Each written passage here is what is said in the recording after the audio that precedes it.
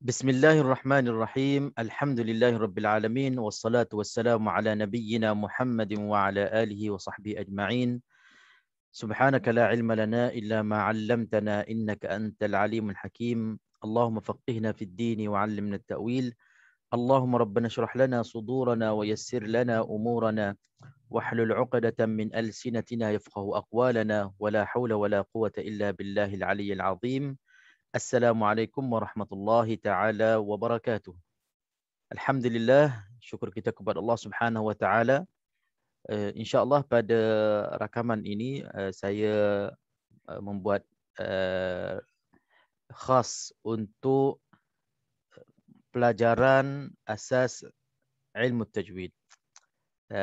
Pelajaran asas ilmu tajwid yang mana sedang berlangsung di live kelas-kelas online melalui aplikasi ataupun aplikasi Zoom setiap hari Rabu.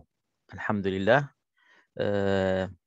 Jadi atas permintaan disebabkan ada dua sesi ataupun dua rakaman, dua kelas tak kita rekodkan, tak sempat kita rekodkan. Jadi saya ini sebagai gantilah untuk ahli-ahli ataupun peserta-peserta, pelajar-pelajar, murid-murid insya-Allah yang ingin nak melengkapkan semua kelas itu, dan insya-Allah kita akan uploadkan ke dalam channel YouTube insya-Allah. Okey, jadi pelajaran ilmu tajwid, asas ilmu tajwid yang kita bincangkan dalam kelas-kelas hari Rabu ni khas untuk basic, khas untuk asas bagi mereka yang mungkin baru nak kenal ilmu tajwid ataupun baru belajar tajwid, mungkin belum mantap, belum mendalami lagi, dan juga bagi mereka yang pernah belajar mungkin satu ketika, satu masa dahulu.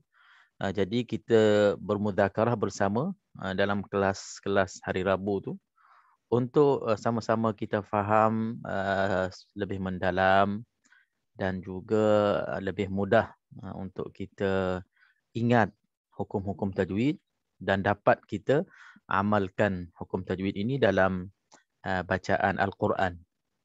Pentingnya ilmu tajwid ketika kita membaca Al-Quran, sekiranya kita membaca secara tajwid itu kita faham, tajwid itu kita boleh membeza antara hukum-hukumnya, maka Al-Quran itu bila kita baca, kita akan baca dengan bersungguh-sungguh dan juga kita akan baca dengan berhati-hati, dan kita akan baca ingin mencapai tahap seperti mana dibaca oleh Nabi SAW.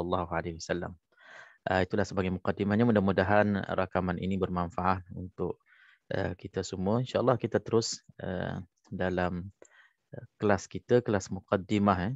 Kelas pertama adalah kelas muqaddimah ilmu tajwid, asas ilmu tajwid. InsyaAllah kita akan jadikan kurikulum kelas kafar menengah Negeri Selangor sebagai nota rujukan kita, dan ada satu lagi nota yang kita akan baca dan jadikan sebagai manhaj ataupun muqarrar kita insya-Allah bersama. Okey, terus kita masuk dalam muqaddimah terus. Ini semua doa-doa dan juga kata-kata luar pembukaan bagi kitab ini. Okey, kita tengok di sini dia ada beberapa tajuk yang kita nak bahaskan di sini. Dalam kurikulum ni dia ada 4 tajuk saja. Ilmu tajwid, pengenalan ilmu tajwid, hukum isti'adzah dan basmalah, dan makharijul huruf, sifatul huruf. Jadi kita ambil dua dulu. Pelajaran pertama dan pelajaran kedua dulu, dan insya-Allah bila kita habis muka nota yang kedua, kita akan patah balik untuk kita habiskan makharijul huruf dan sifatul huruf.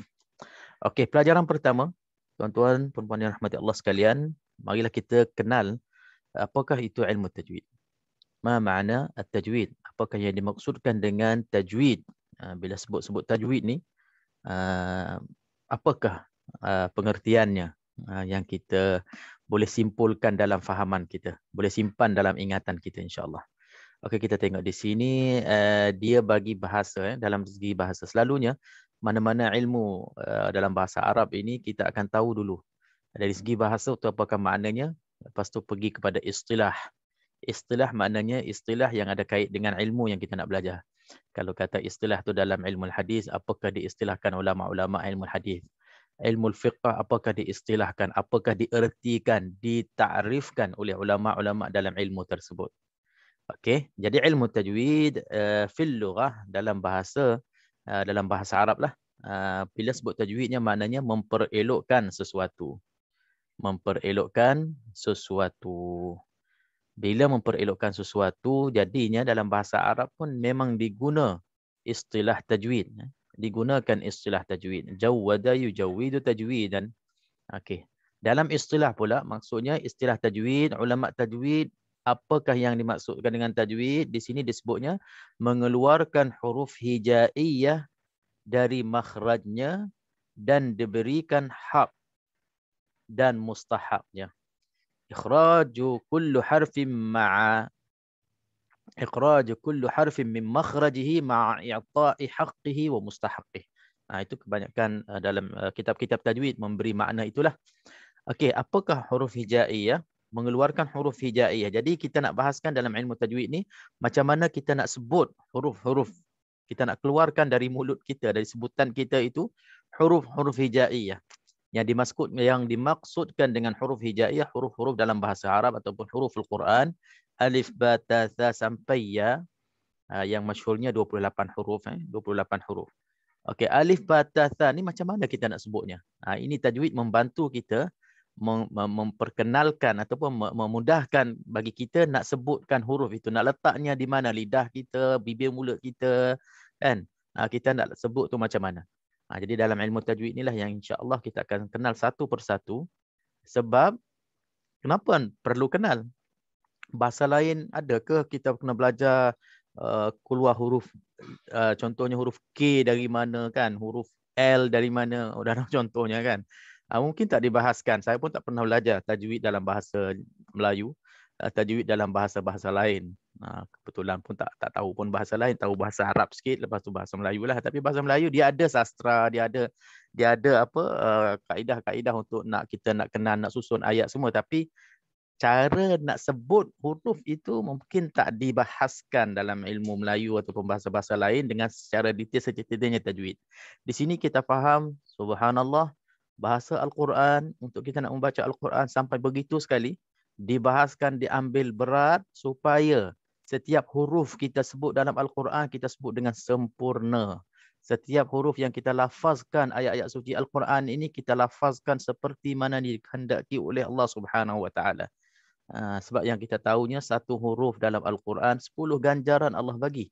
Ia kan bukan mudah untuk nak dapatkan pahala itu. Jadi kita nak betul-betul kena belajar halusi sebutan itu supaya kita dapat sebut dengan betul. Satu. Yang keduanya, supaya bila kita kalau kita tak pasti ataupun kita tersalah sebut, dia boleh bertukar dengan huruf lain dan dia boleh berubah makna, dia boleh merosakkan makna. Itu yang kita nak elakkan supaya tidak berlaku dalam bacaan kita Al-Quran Al-Karim. Okey, jadi kita nak keluarkan 28 huruf hijaiyah yang daripada tempat keluarnya, satu, dan kita nak berikan hak huruf itu. Huruf tu ada haknya dan dia ada mustahaknya. Okey, mungkin kita boleh faham di sini hakul huruf, sifat-sifat yang asli yang ada pada huruf. Sifat-sifat yang asli yang ada pada huruf, okey, dari segi sifat asalnya, sifat tebal nipisnya, sifat-sifat yang lain, contohnya sifat-sifat sifat safir, sifat bisikan, sifat hams kan, sifat tebal, isti'la, istifal, infitah, idlaq, ismat, semua sifat-sifat itu yang ada pada asal huruf. Okey, dan cara-cara sebutan yang betul. Dan mustahaknya sifat-sifat yang arid, sifat-sifat yang baru datang, contohnya sifat-sifat contohnya dengung, mat, dengung nun mati bertemu dengan ni jadinya dengung. Okey, kita nak jagakan dengung tu supaya disebutkan dengan dengung yang betul, dengung tebal ke, dengung nipis ke kan. 2 harakat jangan kurang dan juga mat.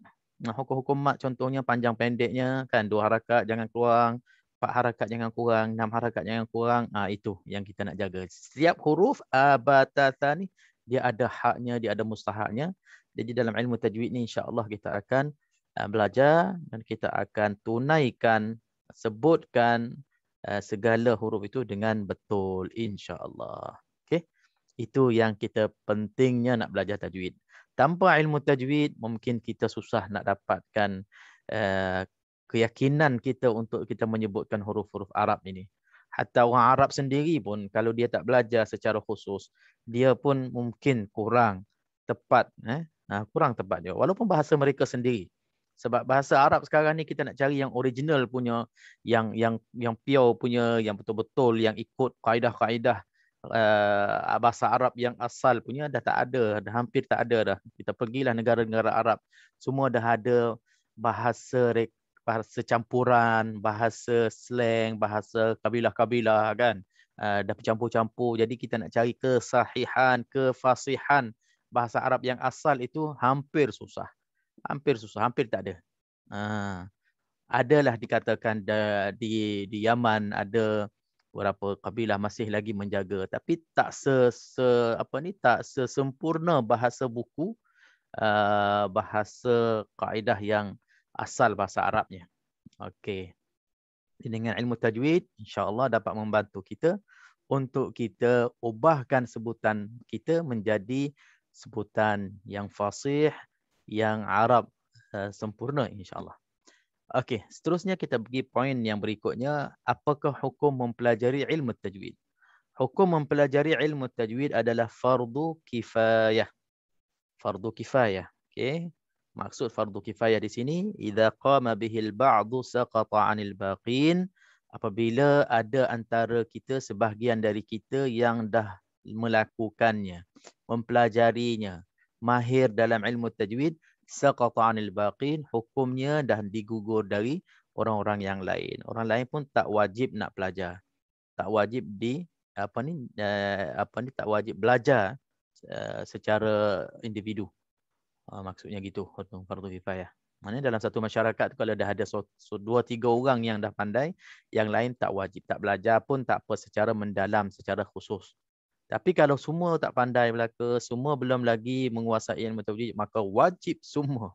Wajib semua sementara nak lahirnya seorang yang mahir, seorang yang pakar, maka barulah gugur hukum itu.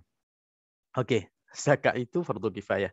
Tetapi dan beramal dengannya fardu ain bagi setiap lelaki dan perempuan yang mukallaf. Ini jadi dalam masa yang sama nak kena belajar juga. Nak tak nak kita nak kena belajar juga ilmu tajwid ni. Sebab apa? Sebab ada sebahagian bacaan kita wajib, tak boleh kalau tak baca dengan tanpa tajwid. Contohnya bacaan-bacaan dalam solat. Al-Fatihah merupakan rukun dalam solat kan.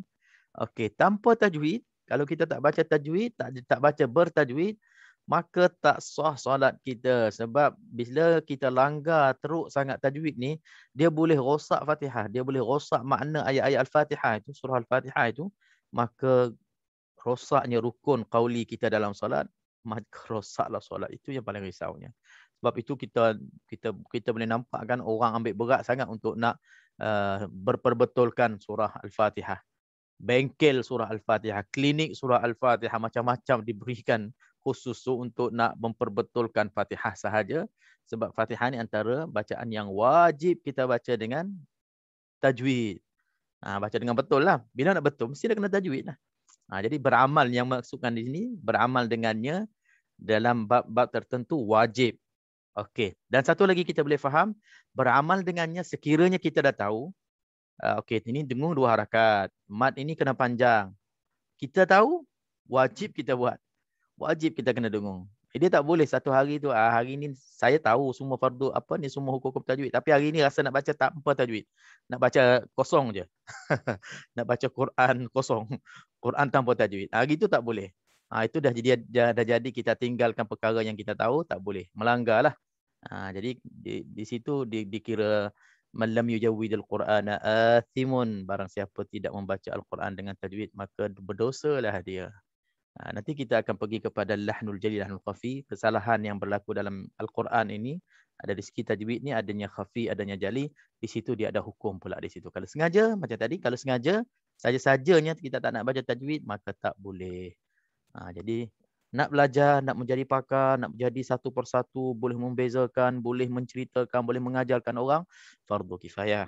Tapi bila kita yang semua-semua kita Muslim dan Muslimah yang mukallaf ni, lelaki dan perempuan, bila nak baca Quran, walaupun kita belum lagi jadi ahli tajwid, pakar tajwid, cubalah, usahalah kita baca dengan tajwid.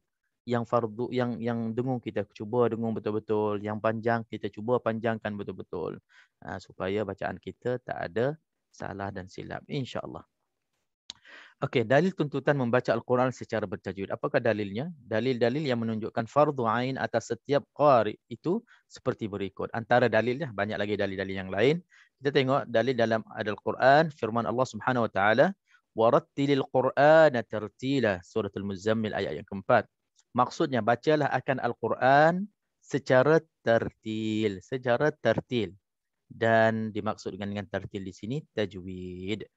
Seperti mana ditakrifkan oleh beberapa sahabat Nabi SAW, makna tertil yang dimaksudkan dalam ayat ini, tajwidul huruf wa ma'rifatul wuquf. Kita baca huruf, kita sebutkan huruf-huruf bertajwid, dan kita tahu macam mana kita nak waqaf waktu kita baca Al-Quran. Wukuf ni maknanya kita nak waqaf dan ibtida dalam kita membaca Al-Quran, insya-Allah. Okey, itu hadis dalam Al-Quran, dalil dari Al-Quran Al-Karim, dan ada lagi dalil-dalil yang lain dalam Al-Quran. Kita baca yang adalah Nabi SAW dalam hadis pula, Inna Allah Ta'ala yuhibbu an yuqra al-Qur'ana ghaddan kama unzil. Riwayat Ibnu Khuzaimah. Maksudnya sesungguhnya Allah Ta'ala menyukai akan hambanya yang membaca Al-Quran bertepatan sebagaimana diturunkan. Sebagaimana ia diturunkan. Kama unzila ala Nabi SAW, seperti mana diturunkan ke atas Nabi Muhammad SAW. Allah SWT suka kita baca begitulah. Jadi tak lain tak bukan, mesti nak kena tahu ilmu tajwid, barulah kita tahu seperti mana. Tak pernah kita dengar bacaan Nabi, ya Allah, tak pernah kita dengar. Tapi bila kita baca dengan tajwid yang digariskan oleh ulama-ulama tajwid, insya-Allah kita mencuba membaca seperti mana diajar oleh Nabi SAW kepada sahabat-sahabatnya. Dibaca oleh Nabi SAW di depan Jibril alaihissalam. Kan? Itu yang kita nak sampai ke tahap itu, insya-Allah. Dengan ilmu tajwid inilah insya-Allah kita akan menuju ke arah itu. Tanpa tajwid rasanya jauh kita nak sampai ke tahap itu, insya-Allah. Okey. Apakah faedah mempelajari ilmu tajwid? Faedahnya, antara faedah ni banyak, faedah ilmu tajwid banyak sangat, tapi di sini disebutkan di antaranya faedah dan kepentingan ilmu tajwid adalah untuk menjaga lidah kita daripada melakukan kesalahan dalam pembacaan ayat-ayat suci Al-Quran. Jadi dengan ilmu tajwid lah kita boleh memelihara lidah kita, sebutan kita, daripada kita melakukan kesalahan membaca Al-Quran, kan? Bila baca Al-Quran contohnya Bismillahirrahmanirrahim contohnya, kan? Tak bertajwid. Rahim contohnya kita tukar huruf ha jadi ha, kan? Ataupun bismillahir, kebanyakan dipanjangkan la di sini. Kenapa? Sebab tak tahu tajwid, tak perasan. Tiba-tiba semangatnya lagu itu dapat. Kan kalau kita tengok, cuba kita perasan bacaan ni ada tak di masyarakat kita? Bismillahirrahmanirrahim. Alhamdulillahirabbil alamin. Ya, sebiji macam ni lebih kurang lah, kan? Ini tak bertajwid namanya, tak bertajwid. Sebab dia melanggar. Bismillahirrahmanirrahim. Tak boleh panjang, tak ada mat di situ. Dia ada mat asli saja, mat tabi'i, 2 harakat saja. Bismillahirrahmanirrahim. Khalas. Cukup 2 harakat. La dengan ma. Sama juga dengan ayat-ayat yang lain. Kalau ada mat asli, itu saja kadarnya 2 harakat. Okey. Jadi dengan kita belajar ilmu tajwid lah, insya-Allah kita akan kurang, dan sekaligus insya-Allah kita akan buang terus kesalahan-kesalahan dalam kita membaca ayat suci Al-Quran, insya-Allah. Faidatul tsaniyah, faedah yang kedua, dapat meningkatkan minat dan keyakinan dalam pembacaan Al-Quran. Bila kita baca ilmu tajwid, kita belajar ilmu tajwid ini, kita tingkatkan minat kita dan keyakinan kita dalam pembacaan Al-Quran. Bila kita baca dengan tajwid, kita akan bertambah semangat, bertambah minat kita untuk membaca Al-Quran selalu. Alhamdulillah. Itulah faedah ilmu tajwid. Okey. Yang ketiga, al-faedatu tsalitsah dalam nota ini, sedangkan banyak lagi faedah-faedah yang lain. Kita tengok di sini, mencapai kebahagiaan serta mendapat rahmah dan redha Allah Subhanahu wa taala dunia dan akhirah. Itu dah tentu sekali. Bila kita baca dan ikut sunnah Nabi SAW, maka kita akan dapat rahmah dari Allah Subhanahu Wa Taala. Mudah-mudahan redha Allah Subhanahu Wa Taala dunia dan akhirah kita. Yang penting kita ikut sunnah Nabi SAW dalam kita membaca Al-Quran. Dapat beramal dengan sunnah Rasulullah SAW, sekaligusnya insya-Allah kita antara orang yang menghidupkan sunnah Nabi SAW, sebab Nabi SAW membaca Al-Quran bertajwid. Jadi bila kita bersungguh-sungguh untuk nak baca bertajwid, seolah-olah kita bersungguh-sungguh nak hidupkan sunnah Nabi SAW, dan kita faham sebaliknya, orang yang tolak tajwid, orang yang tak nak baca tajwid, seolah-olah kita risaunya orang itu tak nak hidup sunnah Nabi SAW. Orang itu nak tinggalkan sunnah Nabi SAW. Jadi kita cubalah betul-betul ambil berat berkenaan dengan ilmu tajwid ini. Semoga kita tergolong dalam golongan orang yang menghidupkan sunnah Nabi SAW. InsyaAllah. Barakallahu fikum ajma'in. Okey, insya-Allah terus kita pergi. Saya ringkas-ringkas insya-Allah untuk kita faham bersama. Sebenarnya ini mukaddimah ini sebagai pembangkit semangat kita supaya kita jinak dengan ilmu tajwid ataupun minat dengan ilmu tajwid. Dia nak ceritakan kelebihan dia, faedahnya, apa yang kita dapat bila kita belajar. Walaupun ilmu tajwid ni peringkat awalnya agaknya mencabar sikit, sebab dia ilmu yang perlu untuk hafal, perlu untuk faham, perlu untuk kita membezakan. Lagi-lagi kalau kita yang baru-baru nak faham, agak mencabar sikitlah peringkat awal ni. Kena-kena pula umur kita pun dah lanjut kan. Walaupun kita masih muda lagi ke ataupun awal umur pun masih juga perlu kepada menghafal. Tapi secara keseluruhan ilmu tajwid ini, dia hanya peringkat awal saja. Bila kita dah tahu asasnya, basicnya, kita dah boleh membezakan sedikit-sedikitnya, insya-Allah kita boleh menguasai secara keseluruhan ilmu tajwid. Insya-Allah. Sebab ilmu tajwid ini dia terbatas. Dia dalam skop yang terbatas sangat. Dia tak banyak beza-beza, dia tak banyak khilaf-khilaf, dia tak banyak tafarru', tasya'ub dalam dalam pendapat-pendapat ulama, dia tak banyak pening-pening. Macam ilmu-ilmu lain kan, khilaf ulama, pendapat ulama, dalil-dalil itu, dalil ini kan. Kalau tajwid ni dia straight je, insya-Allah. Ada juga khilaf-khilaf tapi tak banyak. Tak serumit, tak sepayah yang ilmu-ilmu lain, insya-Allah. Insya-Allah ya, saya yakin kalau tuan-tuan puan-puan betul-betul bersungguh, insya-Allah akan menguasai ilmu tajwid, walaupun kita kadang-kadang tak mahir dalam bahasa Arab pun, tapi dalam bab tajwid masya-Allah kita boleh sebut satu persatu. Kadang-kadang ini yang gharibnya, intinya pelik. Kadang-kadang seorang itu membaca Al-Quran belum lagi kemas. Baca Al-Quran dia macam biasa-biasa. Tapi bila tanya teori tajwid, dia boleh cerita satu persatu. Hukumnya ini hurufnya, ini bacaannya, gini. Dia boleh sebut-sebut. Sebab tajwid memang ilmunya terbatas dan ringkas saja, insya-Allah. Okey, seterusnya kita akan masuk dalam poin yang berikutnya, iaitulah tingkatan bacaan Al-Quran, maratibul qiraah. Okey, dalam kita membaca Al-Quran, kita boleh pilih antara maratib ini, martabah-martabah, tingkatan ataupun peringkat kita nak baca. Yang mana satu kita baca. Boleh kita pilih salah satu ataupun kalau kita nak setia dengan satu pun tak apa, tapi ada masanya mungkin kita perlu kepada tiga-tiga cara ataupun tiga-tiga martabah ini.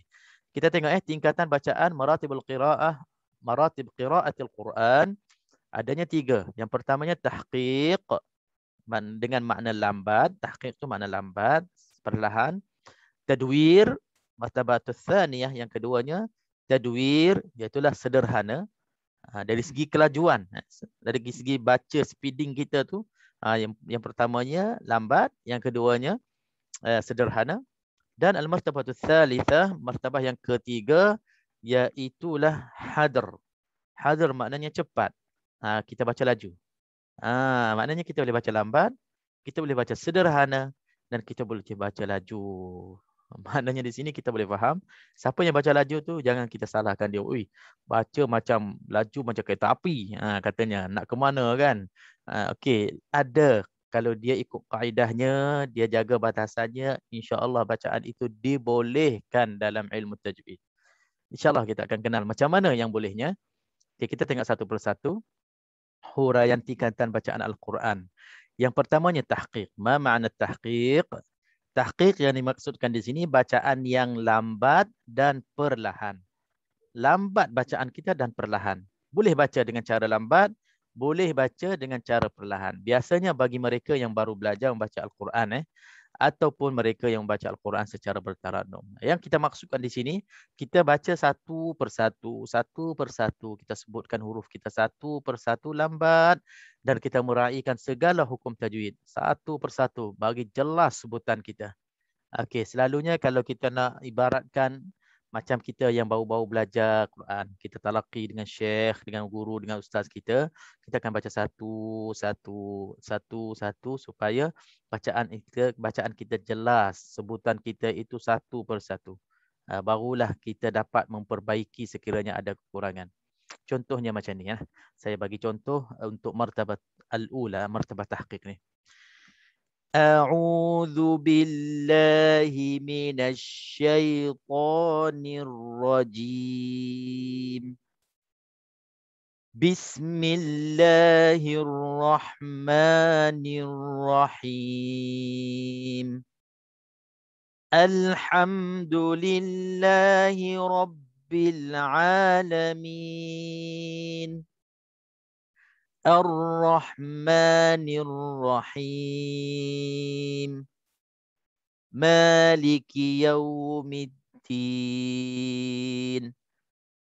Sadaqallah. Ila akhir. Lebih kurang macam itulah. Satu. Kalau kita dengar bacaan ataupun kelajuan macam tadi, kita akan tengok macam mana selalunya bila kita nak jelaskan waktu kita belajar, waktu kita mula-mula belajarlah. Tapi ada tempatnya, ada keadaannya tak sesuai untuk baca cara ini. Martabah ula ni tak sesuai. Contohnya kalau kita jadi imam, kalau kita nak baca sebiji-sebiji macam ni, agak tak sesuai. Sebab solat kan kita ada masa dia kan. Kita ada lagi bacaan-bacaan yang lain. Kadang-kadang kita sebagai imam nak meraihkan orang-orang belakang kita makmum. Fihmud dhaif. Mungkin ada yang lemah, mungkin ada yang uzur. Jadi nak baca lambat, lepas tu nak baca ayat lazim yang panjang pula tu, jadi agak tak sesuai. Untuk fiqhul imamah, kita kena meraihkan orang di belakang kita, makmum kita, supaya solat dalam keadaan khusyuk belaka. Jadi kalau kita lambat, baca panjang, orang yang uzur, contohnya orang yang perut dia tak berapa lancar kan, ada gangguan sikit, ataupun orang-orang yang dah berumur mungkin tak boleh berdiri lama, lutut, masalah lutut ke kan, lenguh-lenguhnya, maknanya bila lama kita baca, lambat kita baca, perlahan sangat kita baca, walaupun ada dalam tajwid ni, tapi mereka dah mula tak khusyuk lah. Dia dah mula tak khusyuk, tak apa lagi, kadang-kadang dia dah mula berkata-kata dalam hati dia. Itu yang tak eloknya. Siapa punca? Kita juga punca imam yang gunakan cara bacaan dalam solat yang tak sesuai. Okey, terima kasih. Alhamdulillah. Al-martabatul tsalitsah, al-martabatul tsaniyah, martabah yang kedua iaitulah tadwir. Tadwir bacaan yang sederhana serta menjaga hukum-hukum tajwid. Biasanya kita amal kebanyakan pada kita membaca Al-Quran.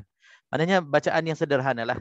Bacaan untuk diri kita sendiri, dan boleh kita bagi contoh macam imam baca solat dalam solat fardu, ataupun bacaan solat kita, bacaan yang khatam, untuk kita baca khatam, qadar yang khatam ni, Kita perlu baca dengan rileks. Ada orang baca laju, tapi tak apa. Kita ambil martabah yang kedua. Bolehkan kita guna martabah yang kedua ni untuk kita baca secara tadabbur, secara menghayati bacaan kita. InsyaAllah martabah yang kedua ni sesuai. Contohnya, A'udzu billahi minasyaitonir rajim. Bismillahirrahmanirrahim. Alhamdulillahi Rabbil Alamin. Ar-Rahmanir Rahim. Maliki Yaumiddin. Okey, ini bacaan biasa-biasa yang selalu digunakan. Kebanyakan kita gunakan membaca Al-Quran dengan cara yang kedua, iaitu martabatut tadwir. Okey, tuan-tuan, puan-puan yang dirahmati sekalian, sekurang-kurangnya kita dah tahu.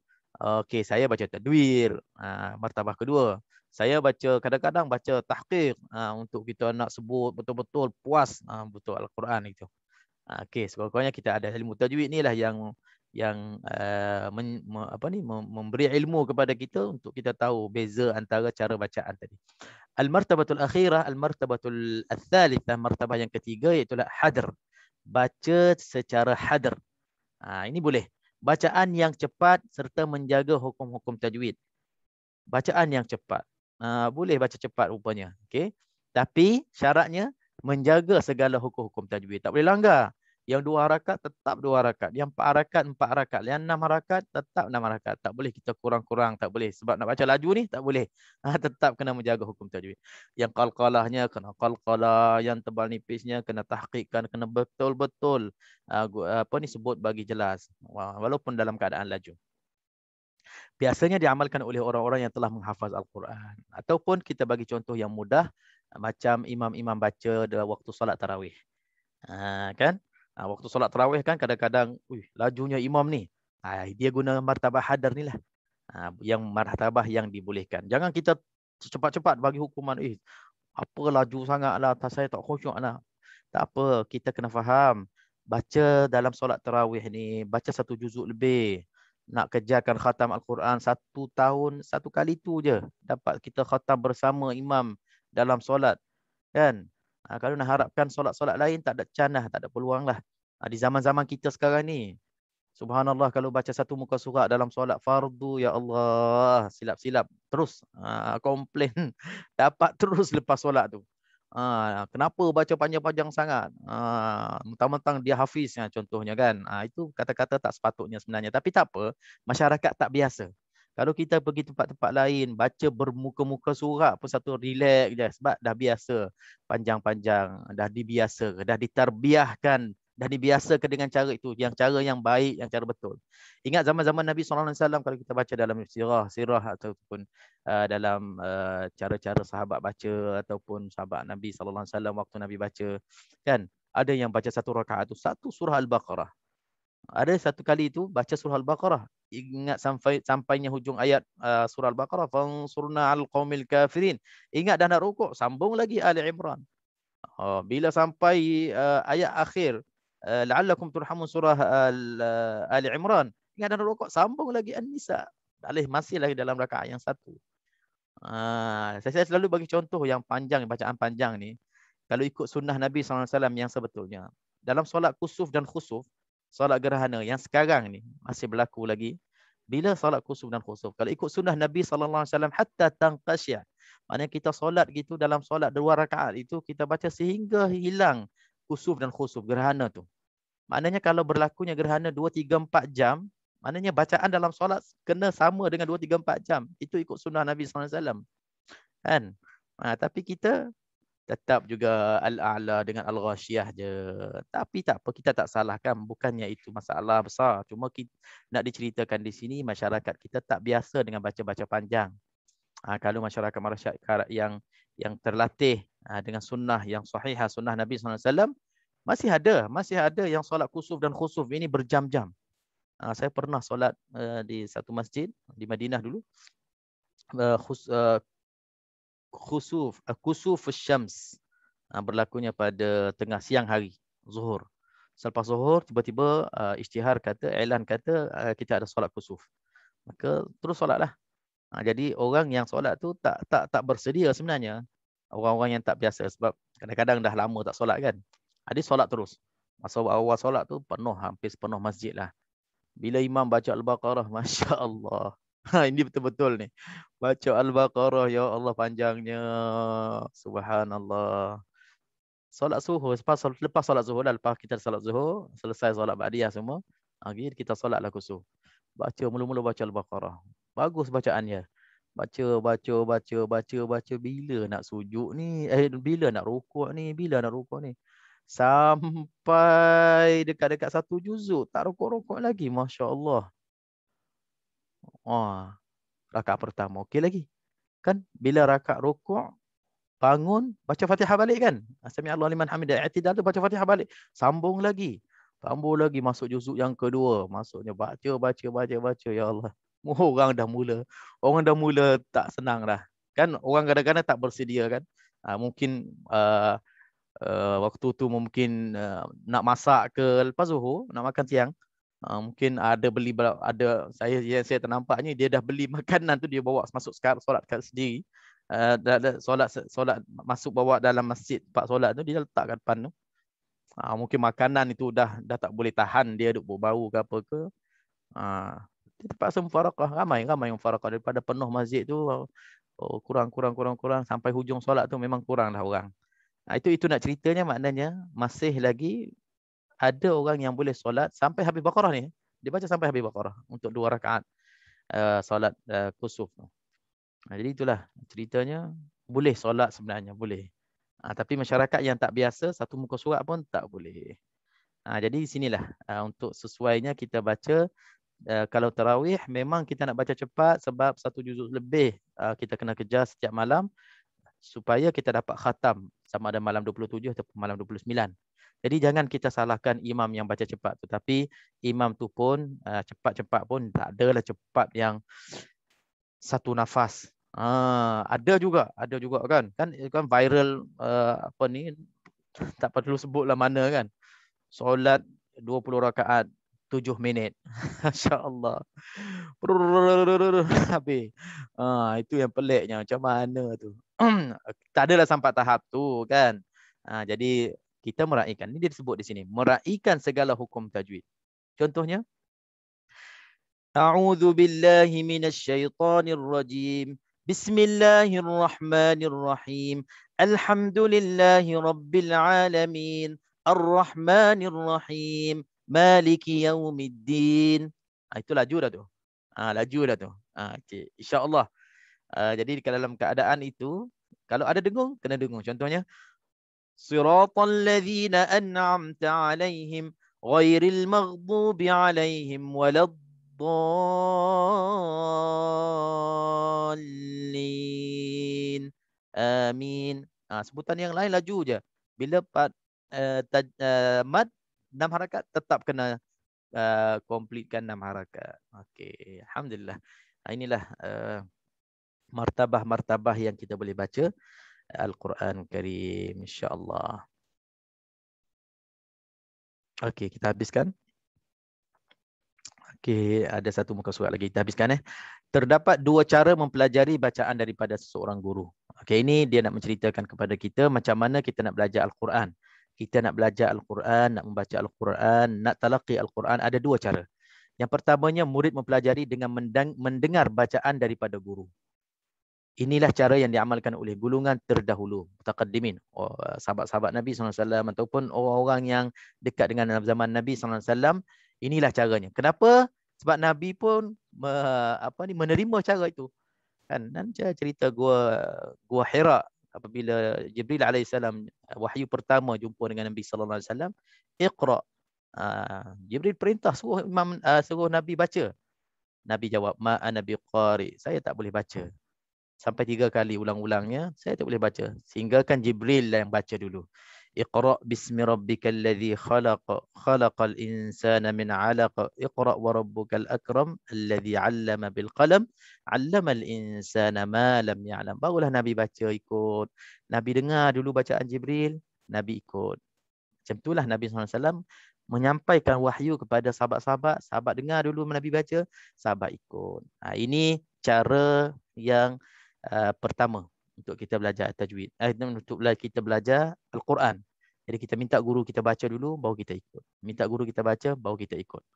Okey, yang keduanya, cara yang kedua, guru mendengar bacaan murid dan membetulkan kesalahan yang berlaku. Inilah cara yang diamalkan oleh golongan mutakhirin, terkemudian.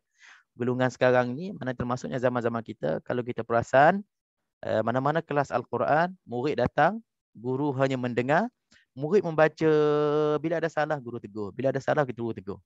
Ini cara kemudian. Wallahu a'lam, kenapa berlaku tak samanya?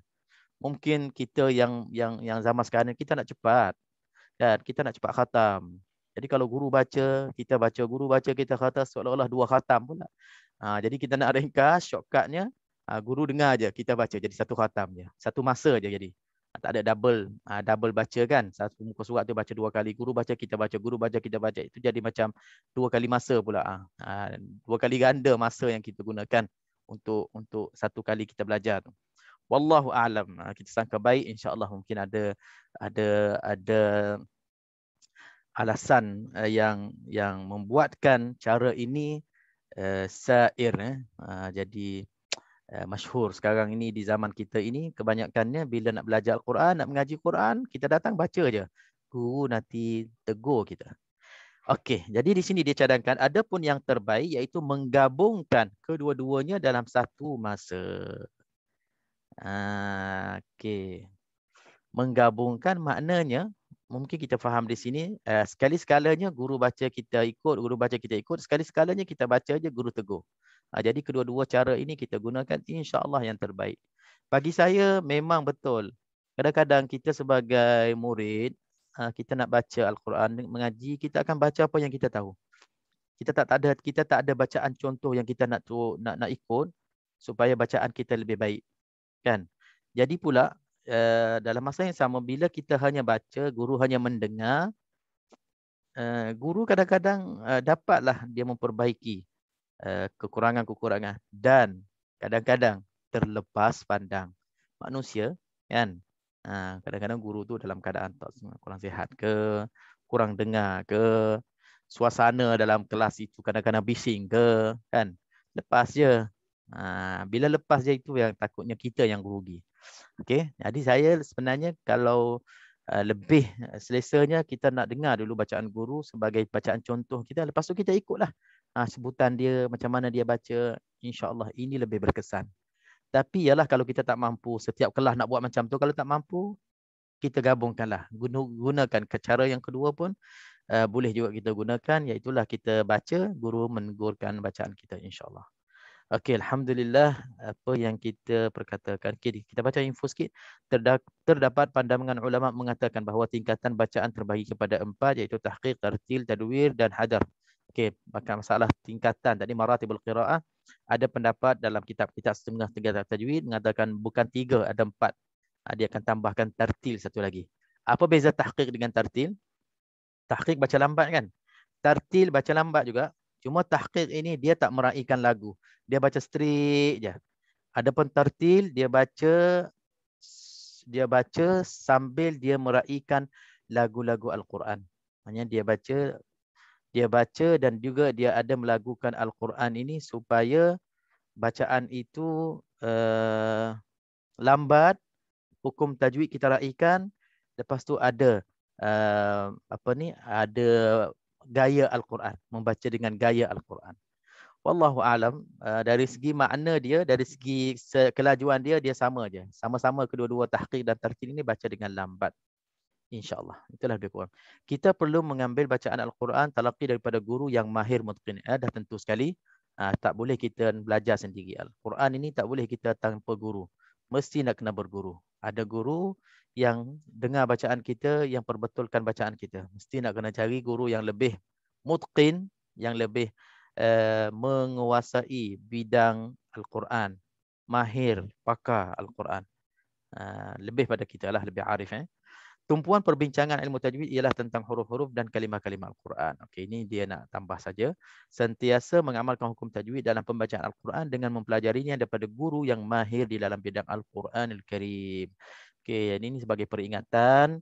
Sesekali jangan kita baca Al-Quran tanpa guru. Ada setengah-setengah tu dia khatam 1 kali je ataupun 2 kali, 3 kali je. Lepas tu khalas, dia kata dia dah khatam. Dah khatam. Bila dia khatam dia kata dia tak perlulah, dia boleh baca sendiri dah. Allah, ini mudah-mudahan Allah tak uji kita dengan perasaan inilah. Perasaan bila dah khatam rasa dah bebas, rasa dah tak perlu lagi orang tunjuk ajar. Tidak. Al-Quranul Karim ini mukjizahnya lain sikit. Dia punya kelebihannya, fadilahnya lain sikit. Dia sampai ke tiang lahat lah. Sampai ke tiang lahat kita senantiasa dahagakan yang lebih sempurna, yang lebih sempurna. Qori sejauh mana, setinggi mana, sehebat mana, ada lagi qori yang lebih hebat padanya. Itu. Jadi kita faham sebenarnya hikmah daripada ini, hikmahnya maknanya Allah senantiasa bagi peluang untuk kita tambah lagi pahala membaca Al-Quran, tambah lagi pahala untuk kita menambah ilmu Al-Quran. Dia tak putus. Macam ilmu-ilmu lain, bila kita dah sampai ke muncak, kita pakarnya, dah kita hanya mengajar orang. Okey, tapi Al-Quran tidak. Bila kita dah pakar pun, bila kita jumpa orang yang lebih hebat pada kita, kita akan cuba tumpang ilmu dia. Sebab itu kalau kita perasan, kalaulah datangnya syekh-syekh hebat dalam Quran ni, terkenal kan, di zaman kita ni, kalau datang mana-mana tempat, orang akan serbu cari dia, nak baca Fatihah je.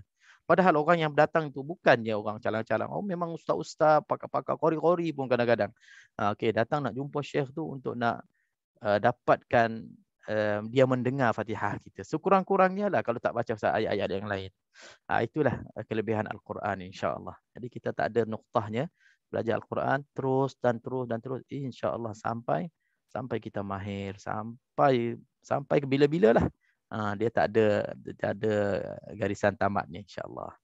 Okey, untuk video ni saya rasa sampai sini dulu insya-Allah. Ini mukadimah bahagian pertama. InsyaAllah ada mukadimah bahagian kedua dan kita akan masuk kepada pelajaran yang pertama. InsyaAllah saya akan buat mungkin dalam 3 video lagi, 3 rakaman lagi, 2 rakaman lagi. Ini termasuknya ni 3 lah.